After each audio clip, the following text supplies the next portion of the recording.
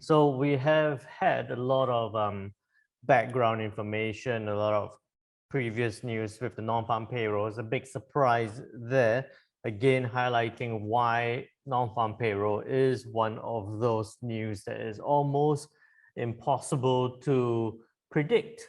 And with that surprise as well, it's a bit surprising that that surprise didn't result in huge price movements in terms of the US dollar and also the currency pairs related to the US dollar.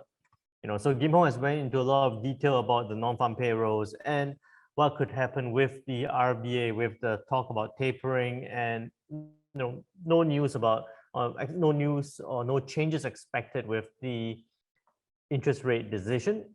But actually, what you can actually put all that together is that it looks like we're going to see tapering from the RBA. This might actually be slightly priced in, I believe. And because everyone is talking about it, everyone is almost expecting it, we are looking at it as almost a given that they're going to do it. So it might be a consideration that this is slightly priced in. And I like how, looking at the charts on the dollar index, we see that reaction, the one that Scott just shared. Here for the US dollar on the H4 time frame, we see that reaction here at about that 92 level, testing lower over 2 candles and then now bouncing back up. If I look at this on a daily time frame, we can see it testing and looking like it's going to bounce back up again. So when it comes down to this, a lot of times traders, you have a method to trade. You have a way to trade. We have our 5 steps, but there's also the need to be a little bit more flexible with your approach. There's always a case where you have your standard way to trade. You look at the way you're going to trade. You have your 5 steps, the ones that guide us through all our trades, but you need to be a little bit more flexible. When you be a bit flexible, when markets are not performing as to what you expect. We look at very bad non-farm payroll news, but we haven't seen that huge, we saw some weakening in the US dollar, but we haven't seen huge weakening in the US dollar.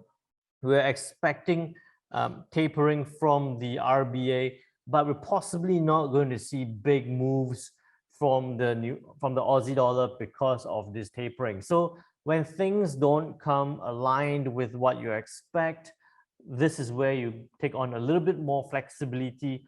You might have to disregard some parts or take on a little bit less weightage in terms of some part. For example, the short-term data influence on price, and then actually look at charts and look at prices in the technical sense a little bit more than purely the fundamentals and the technicals put together.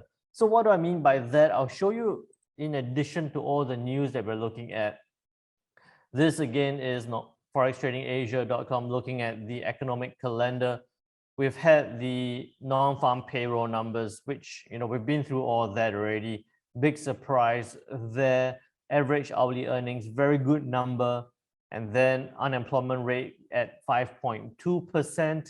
This week being the start of the week for September, we do have the US and Canada on holiday. So you're going to see a little bit less volatility, a little bit less liquidity for today. Following on with that, Tuesday, tomorrow, we do have some Aussie building approvals, looking at it's going to stay at minus 8.6%. The RBA statement and decision looking like it's not going to be a change, but pay attention to the statement with any commentary about tapering, which we do believe that is going to happen. Might surprise the market. If everyone thinks it's going to happen, there might be a surprise coming up. So pay attention to the rate statement there. We do have a lot of news on the Eurozone, coming from the Eurozone in terms of GDP. And also, we got the yen, not too keen on that. We have Aussie, a lot of Eurozone numbers for this week, and also the US numbers, following on with CAD and pound later into the week. You can see here, not a lot of Aussie news, not a lot of New Zealand news for this week, all the way to Friday, where we have some New Zealand numbers, but these are not big price movers. These are not big price movers for the New Zealand dollar. Talking about migration and immigration, not going to move prices too much. We do have a lot of pound news following on Friday, and then back to the US and the Canadian. So what you see here is not a lot of news. The big one is tomorrow with Aussie RBA rate decision and statement, and then also the way the US dollar is performing. So how all this could relate in terms of the chart is Aussie dollar on the H4 time frame. I was sharing with the club members, likelihoods of what could happen for non-farm payroll. So moving that line away, I think that we could actually see some strength come back into the US dollar as it reacts to that 92 level. As it reacts to that 92 level, possibly bouncing off that point as a little bit of a base, we could see that move down maybe about 50, 60 pips to test 73.95, to test that 73.95 support level. At that point, what I would say is look to see what happens here. And I think this could be as soon as tomorrow with the RBA statement being released. If we see a surprise from the RBA and they don't mention anything about tapering, or they mention that they have decided to remove or not go on with taper, then we could see further downside in the Aussie dollar. I don't think we'll see that big move down towards 71.20, but we could see that downside. What you could be looking for is selling opportunities below 7357, about a 40 pip stop loss for a good, I wouldn't even say that, for 120 pip take profit level. You're looking at a 1:2 or above 1:2 risk reward ratio towards the downside for the Aussie dollar. But as Kim Hong was sharing, if we do see that tapering talk of tapering from the RBA, then you could also expect that bounce back up. Again, I don't think it's going to go all the way to 75, 75. That's a big move. I don't think the Aussie dollar could go that high, or rather the US dollar will want it to go that high as well. What you could be looking for is buying opportunities above 7430. You could be looking at a 40 pip, 50 pip stop loss for 100 pip take profit level, 1:2 towards the upside. But at this point, we're taking out the fundamentals a little bit because the fundamentals have not translated into price movements quite directly. What you're looking at here is a bit more of a technical trade reacting to that support level. So wait out, pay attention to what happens towards this 7395 level before deciding whether we could see further upside or further downside in the Aussie dollar. And remember, regardless of whether it's going towards the upside or the downside, at this point, the prudent thing will be to keep your trades more short-term, a little bit more closely managed.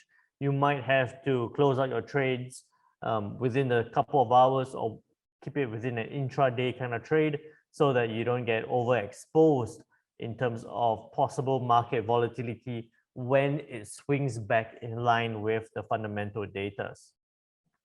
So with that, New Zealand dollar on H4 time frame is moved a little bit better compared to the Aussie dollar. We saw that upward move about 50 pips from the non-farm payrolls. At this point, again, similar to the Aussie dollar, despite a lack of news from New Zealand, what I think we could see is this move back down towards 7073. But I don't think we're going to see that big a move. I don't think we're going to see a 60 pip move downwards to test the support level. We're more likely to see a little bit more of a horizontal consolidation before possibly either breaking lower or bouncing off this support level. So no real direction for the New Zealand dollar at this time. But if you were to force a trade, if you had to enter a trade on the New Zealand dollar, I would say upside bouncing off the 7073 would be the most prudent thing following on from trend. But I think that there'll be a lot more trading opportunities on the euro, on the pound, which we'll look at over the next couple of days. With all the news to be released for this week, I think the focus should be on the euro and the pound, a little bit less on the Kiwi, and maybe the Aussie dollar as a second priority.